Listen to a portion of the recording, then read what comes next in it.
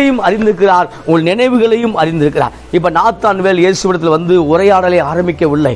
பேச துவங்குவதற்கு முன்பாக கபடற்ற உத்தம இஸ்ரவேலன் என்று சொல்லும் பொழுது, ரபி என்னை எப்படி அறிவீர் என்று சொன்னதை பார்க்கிறோம். அதில் வாசிக்கிறேன், அதற்கு நாத்தான்வேல் நீர் என்னை எப்படி அறிவீர் என்றார்.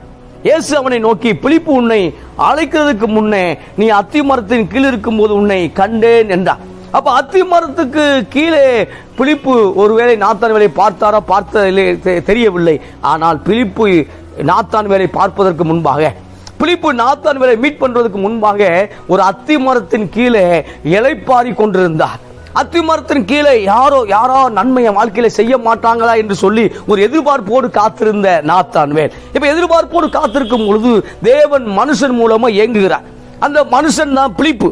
அந்த பிலிப்பை நாத்தான்வேலிடத்தில் அனுப்பி நாத்தான்வேல் இயேசுவை சந்திக்கும்படியாக பரலோகம் அன்றைக்கு வேலை செய்து கொண்டிருந்தது. இந்த நாளிலும் பரலோக ராஜ்யம், பரலோகம் உங்களுக்காக ஏதோ ஒரு வேலை செய்து கொண்டிருக்கிறது. எனவே நீங்கள் சோர்ந்து போக வேண்டாம். சூழ்நிலையை பார்த்து அச்சுறுத்தக்கூடிய சூழ்நிலை, பயமுறுத்தக்கூடிய சூழ்நிலை, தேவையற்ற காரியங்களை பீதியை உண்டாக்கக்கூடிய சூழ்நிலை, வாக்கு தத்தத்தை மந்தப்படுத்தக்கூடிய சூழ்நிலை, நன்மை வராது என்று சொல்லக்கூடிய சூழ்நிலை, இதை பார்த்து நீங்கள் சோர்ந்து போக வேண்டாம். நீங்கள் நாத்தான்வேலை போல உத்தம இஸ்ரவேலனாக, நாத்தான்வேலை போல இயேசுவை பின்பற்றவனாக மாறும் பொழுது